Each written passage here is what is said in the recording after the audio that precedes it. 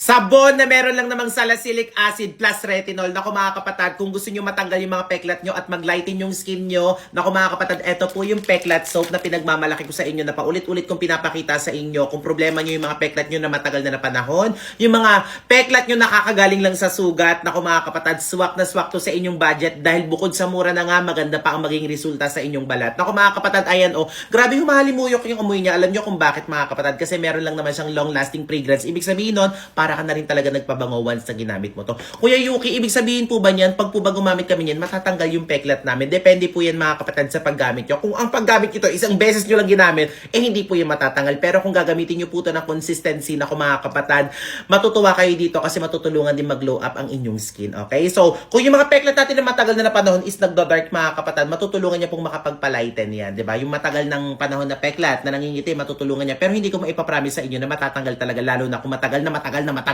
Pero kung ang peklat yung is bago lang, like gasgas, kagat ng lamok, kagat ng mga surot, kakagaling lang sa sugat, nako tamang-tama gamitan nyo agad to dahil nga meron siyang salicylic acid plus retinol. Pwedeng gamitin sa mukha at pwedeng gamitin sa katawan. Kaya kung gusto nyo rin ng ganito mga kapatid, sa murang halaga lang, ilalagay ko dyan sa yellow basket. Check out nyo na. Alam mo, kung problema mo, yung mga dry mong balat, nako mga kapatid, eto na po ang solusyon dyan. Tamang-tama na sa tamang video ka. So, mga kapatid, ito po ang ating BCN toner. So, hindi po ito juice mga kapatid ha. Ginagamit po ito sa ating balat. So, nilagay ko siya dito mga kapatid para po makita nyo po yung texture niya na hindi po tubig na tubig siya. Nakita nyo oh, may pagkamalapot po siya mga kapatid oh. Kita nyo yan. So, ang dami niyang laman mga kapatid. Ito, may konti pang natira. Binuhos ko lahat dito yan. Ayan, o. Ganyan. So, kung problema nyo mga kapatid, yung dry yung balat at gusto nyo mag-lighten at gusto nyo mag-brighten, ito lang naman yung BCN toner na meron lang namang niacinamide plus vitamin C na kailangan ng balat natin at natutulungan niya mag-nourishing ang ating mga balat. Okay? So, ibig sabihin, Kuya Yuki, natutulungan po ba makapag-lighten ng skin? Yes po mga kapatid, matutulungan niya po as long as consistent ang paggamit nyo. At the same time, matutulungan niya rin maging malambot ang ating skin. Alam nyo mga kapatid, ang nakakatawa dito, ang bilis i-absorb ng ating balat. Hindi puro tubig ang laman, 500 ml, matipid at mura. Ayan, oh. So, pwedeng gamitin sa mukha ito mga kapatid ha. Ilalagay nyo lang siya sa cotton nyo. Sa cotton, tapos ipahin nyo sa mukha nyo. Tapos pwede rin siyang gamitin as your makeup remover. Okay? So, kung gusto nyo rin ng ganito mga kapatid, sa murang halaga lang, hanggat mura pa siya, hindi pa nagtataas ang presyo, ilalagay ko po dyan sa yellow basket. I-check out nyo na. 567. Kukurutin mo lang daw yan dito. Tapos mababalatan na daw to. So tingnan natin kung to. Hala, totoo nga! Hala, may laman siya. So makukuha mo daw talaga yung pinakalasa nito. Kinakain din yan. Sabi yun. Kinakain din to. Nakain din. So yun mga kapatid, nagtitrending to ngayon dito sa TikTok, kaya naman talaga napabili ko. Nakakatuwa dito mga kapatid, halal din po siya. So ayan mga kapatid, first time ko lang din talaga siya natikman. So isa pa. Anong flavor? Anong flavor naman? Strawberry. So strawberry yun sa'yo, yung sa akin naman ay orange. So ayan, buksan ulit natin. So, kagaya lang kanina, kukurutin mo lang daw siya sa pinakaganito. Ayan, kukurutin mo lang. Tapos mababalatan na siya. Makukuha na yung pinakalasa sa loob. Hala, nadurog ko siya, baby. Ayun o. Hala, ito siya. Ayan. Lumalabas. Mas masarap yung Mas masarap yung lasa niya sa loob kaysa dito sa labas. Ha? Pero pareha siyang masarap. Matamis. Nako, matutuwa talaga yung mga chikiting nyo sa bahay. Kahit kayo matutuwa ng mga kapatid pagka bumili kayo nito. Kaya kung gusto nyo rin ng ganito, sa murang halaga lang ilalagay ko dun sa yellow basket, i-check out nyo na. So, na-review na po namin yung CCTV dito sa bahay. Alam nyo mga kapatid, nakakagulat kasi nung na-review po namin yung CCTV dito sa bahay, nahihirapan kami na i-review to kasi nga po yung mouse po is putol. Ibig sabihin po nun, yung pinaka-ganon, yung parang sa computer, yung mouse na yun is hindi po siya gumagana. So, hindi po namin marireview yung CCTV. Pero, buti na lang nandito si Ate Erica kasi meron po pala siyang access sa CCTV namin para mas ma-review po yung CCTV namin sa cellphone. At mga kapatid, ganito po yung nakita namin. So, na-confirm po namin na si Cyrene tsaka po si Jens is magkasabwat po sila para i-set up po si Elaine na parang magkaroon sila ng picture na meron na niyakap na Elaine si Jens. Pero yun nga mga kapatid, so umamin naman sila Cyrene, okay naman na sila Jens, umamin naman na din sa amin, humingi naman na din sila ng sorry. So syempre, sino ba naman kami para hindi magpatawad? Sino ba naman kami para nangyari na is yung nangyari? Ang importante doon is nagkaroon ng nag-move forward tapos wag nang ibalik yung past at the same time forgiveness. So yun mga kapatid, kaya okay naman na kami. So, friend pa rin po namin si Ate Cyrene nyo, tsaka syempre si Yan. So, si Yan, di naman na bago sa amin si Yan. So, mabait po yan. So, huwag nyo silang i-bash. Nagkamali lang din talaga, okay? Yun lang. Tanggal talaga ang baho ng hininga mo pag itong sariwang hangin ang kinendi mo. Alam mo mga kapatid, buy one, take one po ito na meron lang namang 150 pieces na candy sa isang ganito. So dahil buy one, take one siya, meron siyang 300 pieces mga kapatid. So ipapakita ko rin sa inyo kung gaano siya kadami. So, ano ba siya buksan? Ito, okay, ayan. So alam niyo mga kapatid, kung problema niyo po yung mabahong hininga, pero hindi ko sinasabing huwag kayong mag-toothbrush. Siyempre, proper hygiene pa rin yung kailangan natin. Kung feeling nyo lang naman mabahong hininga nyo, kahit nag-toothbrush kayo or kakausap kayo ng mga tao or nagaganon kayo mga kapatid, pwede po sa inyo to. Ang daming laman.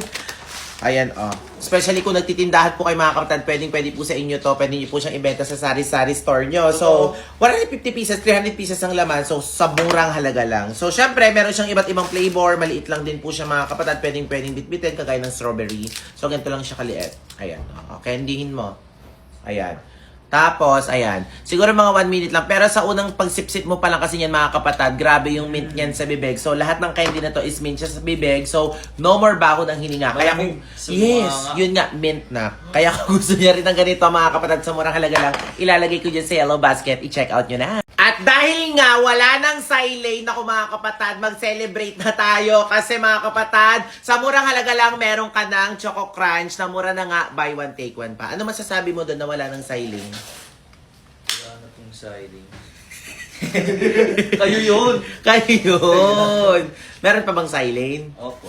Meron pa palang silane. Sorry naman na. So, yung mga kapatid, tignan nyo kung gaano ka-chocolatey at ka-creamy ang ating Choco Crunch. So, ito siya ha. Pagka umorder kayo nito mga kapatid, make sure nyo alugin nyo siya kasi yung pinaka-chocolate yung isa sa ilalim. Tingnan nyo mga kapatid, diba? Medyo malamig lang kasi dito mga kapatid. So, depende yan sa panahon. Pagka malamig, medyo dry siya. Pero yung pagka-chocolate niya mga kapatid is nandun pa rin. Patunayan mo sa ID na crunchy pa din to. Tikman mo. Favorite mo yun, diba? Opo.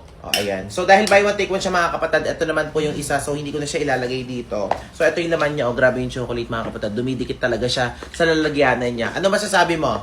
10 over 10. Yes. Tapos may hawak din pala siyang ibang flavor mga kapatid, which is yung ube. Tapos meron din yung matcha. Kaya kung gusto nyo rin ng ganyan mga kapatid, sa murang halaga lang, buy one, take one na siya. Choco Crunch, Matcha Crunch, at Ube Crunch. Ilalagay ko dyan sa yellow basket. I-check out nyo na yan. Alam nyo, hindi ako magagalit kung hindi kayo bibili ng niacinamide whitening soap na to na meron lang namang 10 times whitening sa ating mga balat mga kapatid. Alam nyo mga kapatid, magagalit lang po ako pag nakabili po kayo ng mga peking ganito. Okay? So, dahil ito po mga kapatid is meron lang naman siyang 1 million sold mahigit dito sa TikTok. Kasi nga po mga kapatid, syempre marami na tayong repeat buyers. At the same time, marami na rin pong consistent na gumagamit ng niacinamide whitening soap na to. Kasi kung problema nyo po mga kapatid, yung makulimlim nyo na batok, siko, tuhod, or anong party ng katawan nyo na merong dark spot, even po yung mga acne nyo, or alam nyo mga kapatid, kung kayo ay nagpapalighten ng skin, ako swak na swak po sa inyo to. Ang dami kumakalat na peke nito, kaya mag-iingat kayo palagi sa mga chine-check outan nyo ng mga basket mga kapatid. Kasi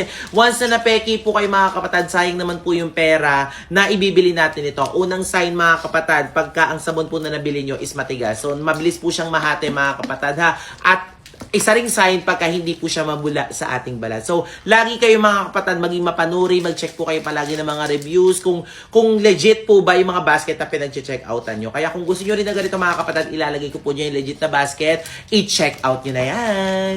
Alam nyo, kung bleaching soap lang ang pag-uusapan, nako po mga kapatid, ilalaban ko po itong Gayuma soap na to na meron lang namang niacinamide at the same time 20 times whitening effect sa ating balat. Grabe, mga kapatid, once na gumamit po kayo nito, ang payo ko po sa inyo, wag niyo po siyang ibabad sa balat nyo ng almost 3 minutes to 5 minutes dahil nga po, medyo matapang yung sabon na to dahil nga po bleaching soap. Alam naman natin, pag bleaching soap mga kapatid, tinutulungan niya makapagpalighten ng ating mga balat. Kaya mga kapatid, sa paggamit po ng proper nito, dapat po mga kapatid, hinay-hinay lang kagaya ng 1 minute, 2 minutes, okay na po yun mga kapatid. As long as alam nyo, naramdaman nyo na sa balat nyo na parang, alam nyo yun. Kasi once na gumamit kayo ng mga bleaching soap, sa pagkakaalam ko mga kapatid is, para siyang parang mararamdaman nyo sa balat nyo na parang medyo may kate. Hindi naman yung hapde. Kasi nga po mga kapatid, bleaching soap siya, tinutulungan niyang mag-lighten ang ating mga balat. Lalo na meron tong 20 times whitening effect. Kaya nga sabi ko sa inyo mga kapatid, ilalaban ko to. Kung meron kaming niacin na may 10 times whitening effect, grabe to, dinoble, 20 times whitening effect. Diba? Kaya kung gusto nyo rin ng ganito mga kapatid, ito po ang